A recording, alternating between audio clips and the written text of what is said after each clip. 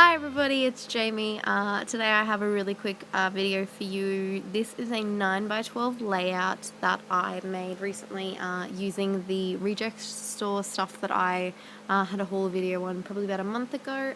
This is a photo of my dog and myself at the beach, and I have been seeing a lot of layouts recently where people do these stripes of paint along the side, and I thought because of the photo being at the beach and this paper pad being so vibrant that I would go with some really big pops of colour. This is something I don't normally do, having colours this vibrant. I'm just putting the paint onto the offcut of the cardstock, and I'm making the pinks that I have just a little bit lighter because I have a really deep sort of maroon colour, and I'm making it a little bit lighter with a lighter pink that I have. I just tested it on the cardstock just to see if it would hold it well and it wouldn't warp, and it didn't warp, and I'm just using a brush just to brush it on. This is a Montmartre paint, and I'm pretty sure it's a Montmartre brush too. I'm a bit of a budget scrapper, so if you're here in Australia you can get those paints at pretty much any $2 shop. But I really like how this layout turned out. The paint is actually really awesome. I think it's about $3 for those tubes, and I've done full paintings with them and they work awesome. They work for exactly what I need them to. They don't warp. They are very vibrant, like I've said. So they're really awesome, and they're also satin, so they're a mix between a matte and sort of a shiny paint, which I think is another element that looks really cool. Next I'm using some yellow, and then I'm going to do some blue, and I do cut that out in a minute because it did take a little while for it all to dry, and I don't even think I ended up cleaning my brush very much. I just sort of went in and did it. I am doing the paint in 3 stripes, so it's going to go pink, yellow, blue, like you can see there. This is fully dried and painted, and I only did it on probably about maybe 7 inches across the page. Yeah, about 7 inches. I didn't want it to go all the way across because I knew I wanted it to be sort of as a matte element to the photo. So I'm adding some double-sided tape on the back of the photos, and I'm going to get to layering. So I'm going through the paper pad now. I did pick the paints based off of this paper pad because I knew they would connect, and I wanted some black elements because, as you can see, my dog is a black dog, so I needed some black to come in, and then I picked the blue out from the sky, the yellow from the sand, and the pink just because, you know, pink's a pretty color. I like pink, so I wanted some pink, and as you can see, it's sort of like a nice deep pink in the paper pad, so that's why I chose that color. I'm using some white tissue paper here to give a soft element as the first matte for the photo because of the fact that it's paint, and for some reason to me paint is very harsh, so you need something light like tissue paper to sort of make it, I'm going to make it very fairy-like. I don't know what my describing words are, sorry guys. I'm just using my scissors to cut that off. Like I said, I just used some double-sided tape to stick that down. Like I say in all my videos, if you're doing mixed media, use wet glue when you're sticking down the main piece, because it will help it stick so much better.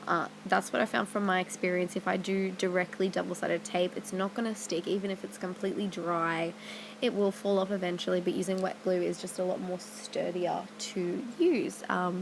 Going through just sticking basically any sort of way. I do like to have one mat around my photo that's the same size, and then everything else I do is complete offcuts. That's pretty much it. That's sort of how I do my layering. I'm not sure how everybody else does it, but that's how I approach layering photos.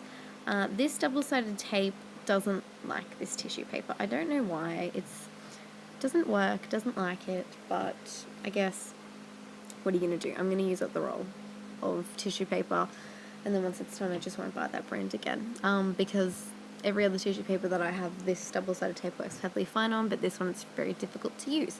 Now this is a little trick that I found with 6x6 paper pads. If you have a photo that is a little bit big and you can't have a full mat of paper but you want it, if it isn't really a repeating pattern, or it's a really tiny pattern, you can actually just use sort of the bottom of it to put it on there. Now I do it with this one here, you will see, and you actually can't tell what I've done. So here, as you can see, I'm pulling it off, I'm cutting it off, and then I'm using the strip right there just to attach it down the bottom, lining it up perfectly, and you'd never know that it wasn't a full piece of paper. It works awesome. I do this all the time. People who've looked through my albums have never gone, hang on, that's not a full sheet of paper. So yeah, it's a great technique. That's sort of a hack thing that I do. Would you guys like to see sort of a hack video? I was talking about it with my boyfriend, and he thought it'd be a cool idea to do sort of like a scrapbooking hacks video, or a tips and tricks video. That's definitely something I think would be really fun to film, but also fun to watch. I'd love to see what people's sort of hacks are and how they sort of get the most out of their supplies. I'm just, again, sticking down those two little photos. These photos are a 2x3 and the big one is a 6x4. I've been doing a lot of multiple photo layouts recently, which is something that I didn't intentionally decide to do. It just happened that a lot of the times that I've had photos that I wanted to feature in my album, they've sort of been photos that I had a lot for one particular event. So like I said, I'm going to use some wet glue to stick this all down, and I just used one matte on that top photo because obviously the main photo that I'm focusing on is the big one, which is the photo of my dog, so that one has the more paper layers on it. I do start off by putting some double-sided tape down the bottom, and then I grab the wet glue and do it because I kind of subconsciously think it works more. It probably doesn't. There's no way it's affecting anything, but I guess extra adhesive is always best. The more adhesive the better, especially with mixed media. As you can see in the yellow, I didn't clean my brush off, but I kind of like that. I think it adds something very different to the layout. Definitely something that you couldn't repeat. There's no way if someone tried to copy this layout, if they wanted to scrap lift it, they wouldn't get that exact same paint stroke that I have. They could get similar ones, but by not cleaning your brush off, you're getting something very unique each time. So I'm lining up the photos so that there is the same gap down the bottom that there is at the top of the layout. This is a 9x12, if I forgot to say that at the start, I don't remember. Basically, that's sort of how I went about it. I wanted a very vertical layout. So I'm going through these flower ephemera. These match the paper pad that I used, and this was the first time I'd actually gone through them. So I was just quickly looking through them and trying to figure out what I wanted. I knew I wanted a few leafy elements because at the beach, at least, it's a lot of shrubs, lots of shrubs going on, and I wanted some leafy florals for it. Now, I think I was having a bit of trouble figuring out which floral elements I wanted to use, so I decided to do the title, and here I go, using another one of my little hacks. I use the edge of plastic sheets of paper so that I can line up my alphas exactly where I want them, but see the whole thing, so to see if they actually work where I want them to work. So as you can see by the title of the video, this layout is called Beach Selfie, so I'm going to put them in the middle of the two photos because I think it kind of ties it together, and I really have been enjoying lately putting alphas on top of photos. I think it looks really interesting, and especially when they're photos, that I don't mind about the whole archival element of scrapbooking. If these don't last forever, then I'm not going to cry. Like, this isn't a monumentous moment. It's just a selfie with my dog at the beach. It's nothing too exciting. There's my head. Sorry, guys. Get your head out of the way. Jamie? No one wants to see that. I had a little bit of trouble getting the stickers off because these alphas were very sticky. So there they are down, and here I am getting to sticking the florals out that I picked. So I think I picked out a blue one and a few leaves, and then I do believe that I grab out a little pink one at the moment.